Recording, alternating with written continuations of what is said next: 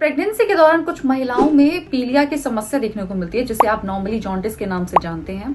अब इस दौरान महिलाओं में किस तरह के लक्षण उनको महसूस होते हैं और इसके साथ ही इसका क्या इलाज है, क्या ट्रीटमेंट है। हेलो एवरीवन, मैं डॉक्टर सुष्मिता, स्वागत है आपका मेरे चैनल पे। आज के इस वीडियो में हम उन 5 लक्षणों के बारे में बात करेंगे, इसके साथ ही इसका क्या ट्रीटमेंट है उस बारे में भी बात करेंगे। वीडियो के लास्ट तक हमारे साथ बनी रहिए ताकि आप कोई भी अपडेट मिस ना करें। पीलिया जो है वो आपकी लीवर की समस्या की वजह से होता है और प्रेगनेंसी के दौरान लीवर से जो सीक्रेशंस होते हैं वो बहुत ही ज्यादा डाउन हो जाते हैं, मतलब कि उसका सीक्रेशन उस लेवल पर नहीं हो पाता है। ऐसा होने की वजह से कई बच्चे और माँ दोनों में ही अन्य रोगों के होने की संभावना बढ़ जाती है।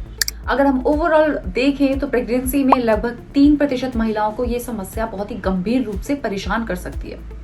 प्रेगनेंसी के दौरान महिलाओं में हाई मेटाबॉलिक एक्टिविटीज होने की वजह से लीवर का जो कार्य होता है वो बहुत ही ज्यादा प्रभावित हो जाता है, जिसकी वजह से पीलिया होने की संभावना बहुत ही ज्यादा बढ़ जाती है। अगर हम मुख्य कारण की बात करें तो महिलाओं में जो उल्टी की समस्या होती है उसकी वजह से पीलिया होने की संभावना बहुत ज्यादा बढ़ जाती है। ऐसा इसलिए क्योंकि उल्टियों के दौरान महिलाएं कुछ खा पी नहीं पाती हैं और जो इंटरनल हार्मोन्स होते हैं, जो सीक्रेशंस होते हैं, वो रिलीज होते रहते हैं, जिसकी वजह से महिलाओं में बहुत ही तेजी से वजन कम होने की समस्या भी बहुत सामने आती है।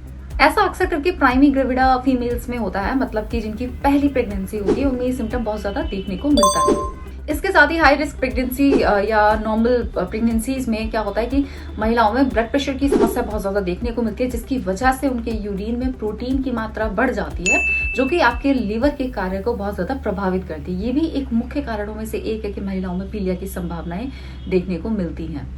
अगर हम सिम्टम्स की बात करें तो महिलाओं में सबसे पहला सिम्टम आता है जी मचलाना और बहुत ही ज्यादा वोमिटिंग होना। कई बार महिलाओं में इतनी ज्यादा वोमिटिंग होती है कि उन्हें हॉस्पिटलाइजेशन की जरूरत पड़ जाती है, जिसके लिए उन्हें एडमिट होना पड़ता है और कई दिनों तक वहां पर रहना भी पड़ता है।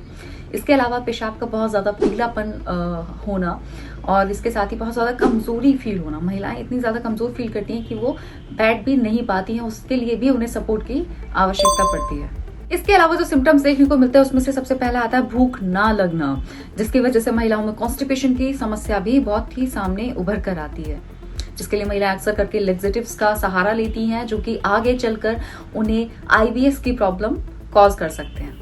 इसके साथ ही जब लीवर अपना कार्य पूरे तरीके से नहीं करता है तो उन्हें पेट दर्द की समस्या भी बहुत ज्यादा देखने को मिलती है, जो कि बहुत ही ज्यादा अनसेफ मानी जाती है ड्यूरिंग द प्रेगनेंसी, जिसकी वजह से महिलाओं को कई बार सेल्फ रेमेडीज ले लेती हैं, जिसमें आप पेन किलर्स ले लेते हैं, जो कि प्रेगनेंसी के दौरान बिल्कुल ही अनसेफ होते हैं। अगर हम ट्रीटमेंट की बात करें तो महिलाओं में अगर पीलिया की जो समस्या है वो हेपेटाइटिस की वजह से है, मतलब कि अगर हेपेटाइटिस का टेस्ट करवाया जाता है प्रेगनेंसी के दौरान में, अगर वो पॉजिटिव आता है तो उस समय पे जो ट्रीटमेंट चलता है वो स्टेरॉइडल ट्रीटमेंट चलता है, मतलब कुछ पर्टिकुलर स्टेरॉइड्स मेडिसिन होती हैं जो उस समय पे कुछ लिमिटेड पीरियड के लिए महिलाओं को दी जाती हैं। इसके अलावा कई बार जब हाई रिस्क प्रेगनेंसी होती है, मतलब बहुत ज्यादा कॉम्प्लिकेशंस होते हैं अगर किसी महिला को प्रेगनेंसी के दौरान, तो उस समय बहुत सारी दवाइयां उनको दी जाती हैं, बहुत तरह की दवाइयां चलाई जाती हैं, तो उस वजह से भी कई बार महिलाओं में पीलिया की होने की संभावना देखी जाती है।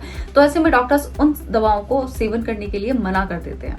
इसके साथ ही समस्या ये आती है कि प्रेगनेंसी के दौरान बहुत सारी दवाइयां नहीं दी सकते हैं, तो ऐसे में कुछ पर्टिकुलर एंटीबायोटिक कोर्सेज होते हैं जो डॉक्टर्स महिलाओं को देते हैं। अगर आप वो कोर्स पूरा नहीं करते हैं तो बच्चों में भी जुवेनाइल जॉन्डिस होने की संभावना हो जाती है, मतलब कि जन्म लेने के तुरंत बाद ही बच्चों में पीलिया होने की संभावना होती है, जो कि बहुत ही खतरनाक भी हो सकती है अगर उसे अच्छे तरीके से ट्रीट नहीं किया जाता है। तो बेहतर है कि आप पहले से ही प्रिकॉशंस लें इस चीज के लिए। अपनी डाइट में पत्ते वाली सब्जियां जरूर रखें। प्रेगनेंसी के दौरान आपको पत्ते वाली सब्जियों का सेवन करना बहुत ही ज्यादा जरूरी होता है, क्योंकि उसमें हाई अमाउंट में आयरन होता है, हाई अमाउंट में फाइबर होता है और अदर माइक्रो न्यूट्रिएंट्स होती हैं, जो कि आपके शरीर के लिए, आपके बच्चे के विकास के लिए बेहद जरूरी होती है। इसके साथ ही आप प्रोटीन की मात्रा अपनी डाइट में बहुत अच्छे से रखें, क्योंकि प्रोटीन जो रहता है वो आपके बच्चे के मानसिक विकास के लिए बहुत ही ज्यादा जरूरी होता है। तो अगर आप बहुत ही हेल्दी बच्चा अपना चाहती हैं तो इन सारी चीजों का खास ध्यान रखें। इसके अलावा आप ट्रांस फैट या फिर जो जंक फूड होता है उसमें ट्रांस फैट की मात्रा बहुत ही ज्यादा देखने को मिलती है, तो इस तरह की चीजों का सेवन आप बिल्कुल बंद कर दें प्रेगनेंसी के दौरान।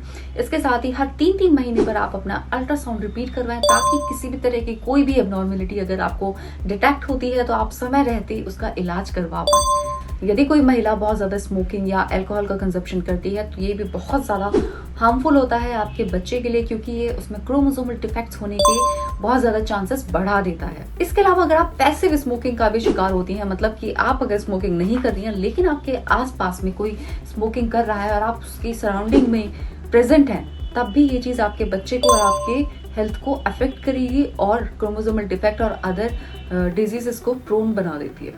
तो गर्भावस्था में पीलिया को रोकने के लिए सबसे पहली जरूरी जो बात है वो है आपका समय समय पर खून की जांच कराना, ब्लड टेस्ट कराना, ताकि आप अपने लेवल्स को कंट्रोल में रख पाएं और अगर कोई चीज़ें आपकी डिस्टर्ब हो रही हैं तो आप तुरंत मेडिसिन के द्वारा उसको कंट्रोल करें। इसके अलावा आप अपनी डाइट का खास ध्यान रखें, इसमें प्रोटीन, डाइटरी फाइबर एंड सारी चीज़ें जो मैंने अभी बताई हैं आपको, उन सारी चीज़ों का सेवन जरूर करें।